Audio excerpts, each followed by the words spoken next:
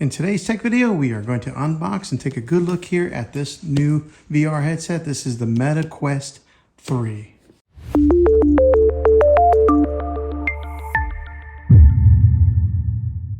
Okay, what we have here is the new Meta Quest 3 VR headset, what used to be called the Facebook Oculus Quest. This is the newest variation of it, the third. Now this one here is the 128 gig, which is the lower end one.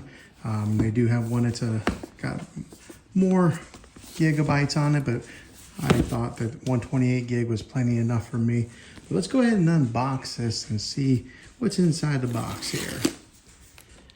And one of the cool things about the Meta Quest is they do take pride in their packaging. And let's go ahead and Meta Quest 3. All right, upon lifting it up here, this is what the headset looks like. It's got some cameras on the front, looks like a sensor here, sensor there, and a sensor there. Right here is the power button, it looks like. Another button right here. Actually, it's like a knob that you could take and turn. Here is the inside. Pop out that cardboard. Here's the head straps.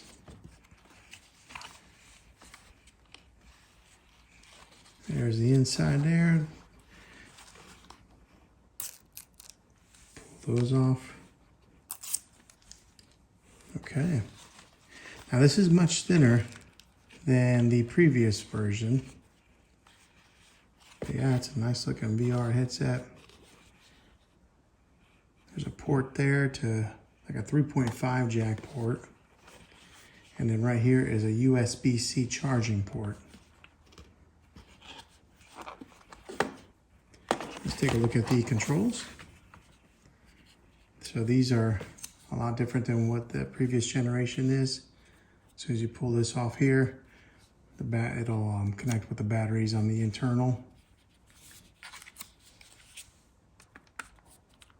Little controller here at the top, B, A, and then your Meta icon there. Left and right. Okay. Okay, also included in the box here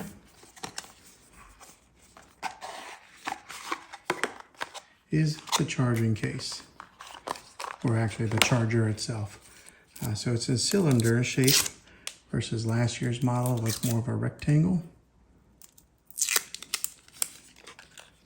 And it is connected via USB-C, just like everything else now. So you just plug it in there, plug this part into the other portion. This is how you charge your headset.